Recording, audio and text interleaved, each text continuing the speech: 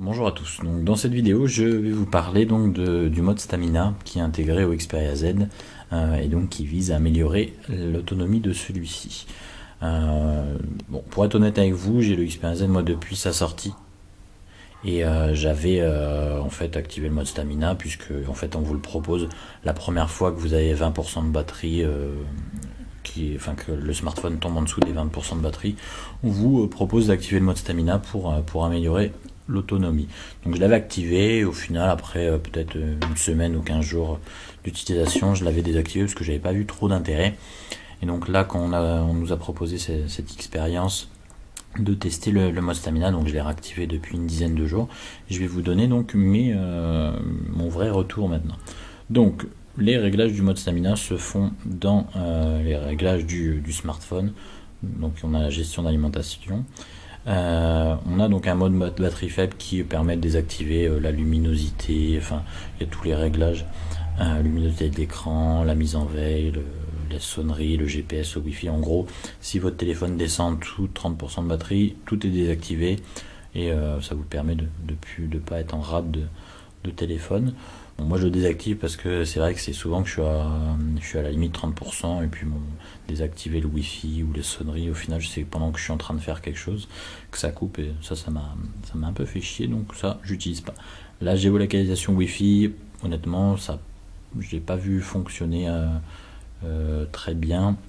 C'est un mode qui vous permet donc quand vous arrivez chez vous, il détecte que vous êtes chez vous et qu'il y a un Wi-Fi donc enregistré et donc normalement il est censé vous activer le Wi-Fi.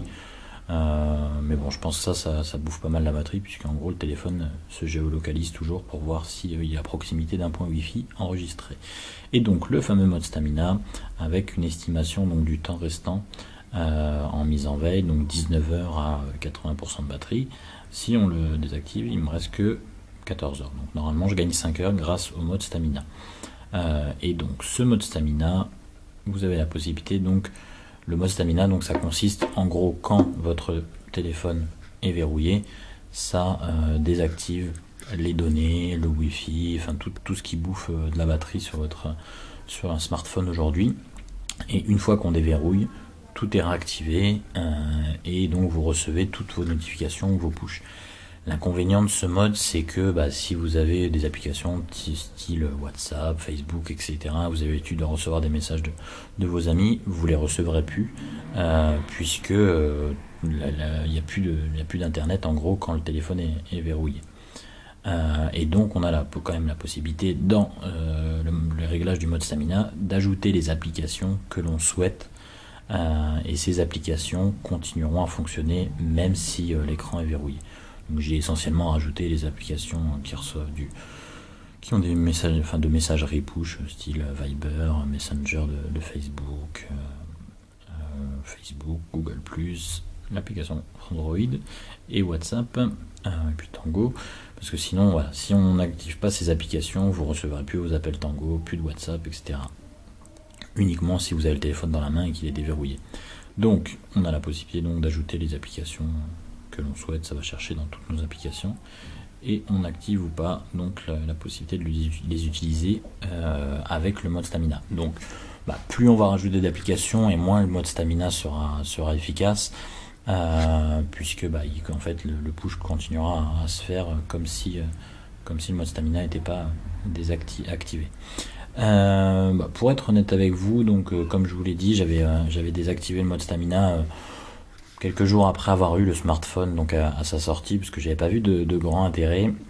Là pour l'expérience, on nous a demandé donc de tester ce mode stamina. Je l'ai donc réactivé depuis une dizaine de jours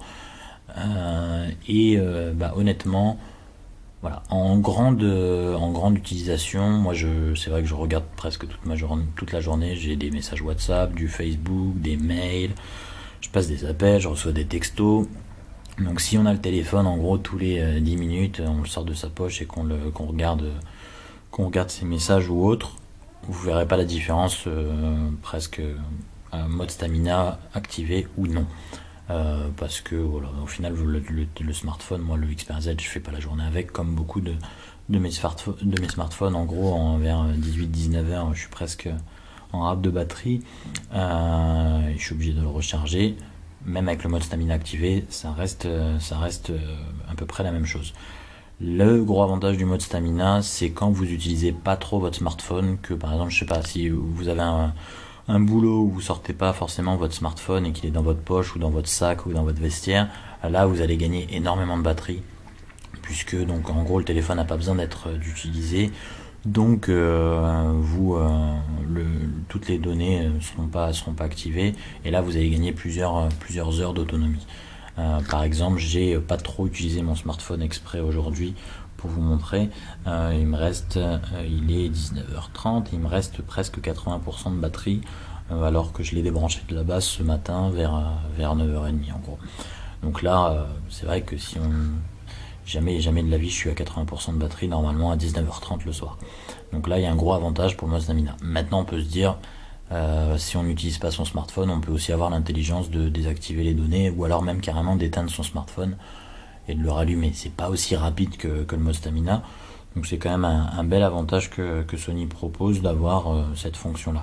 C'est pas un coup de baguette magique et vous allez pas avoir le double d'autonomie grâce à ça, mais ça améliore vraiment l'autonomie s'il y a des moments dans la journée vous utilisez pas trop votre smartphone. Et ça permet, en gros aujourd'hui maintenant moi je vais le laisser activer, parce que on sait pas forcément, des fois on part en urgence, on fait quelque chose en urgence et on n'a pas le temps de couper les données, d'enlever la 3G, de désactiver le GPS, de désactiver le Wi-Fi, etc. Le mode stamina fait tout ça automatiquement, et au final tous les moments où vous utiliserez pas trop votre smartphone, vous gagnerez beaucoup de pourcentage de batterie, parce que voilà, je vous dis aujourd'hui j'ai quand même eu des messages WhatsApp, j'ai fait un peu de Facebook, j'ai regardé les résultats de Roland Garros et je suis à 80% de batterie à 19h30, chose qui est presque impensable, même si je touche pas à mon smartphone, mais si le mode stamina n'était pas activé. Donc au final, j'étais un utilisateur déçu du mode stamina à la sortie du Xperia Z, et grâce à l'expérience, je conseille à tous de le réactiver. Et par contre, il faut bien le régler, parce que sinon vous allez plus, à chaque fois que vous installez une nouvelle application, pensez à la rajouter si vous voulez recevoir vos notifications. Sinon, on n'a plus de notifications une fois l'écran verrouillé. Après, un autre avantage, en dehors de l'autonomie, ça permet aussi de ne pas avoir son smartphone qui sonne toutes les 5 secondes.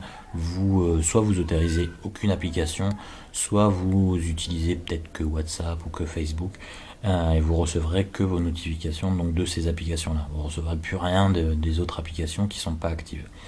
Donc voilà pour ce test. Si vous avez d'autres questions, n'hésitez pas à commenter l'article, et je vous mettrai aussi quelques tests d'autonomie que j'ai réalisés avec ou sans mode stamina. Bonne fin de journée à tous.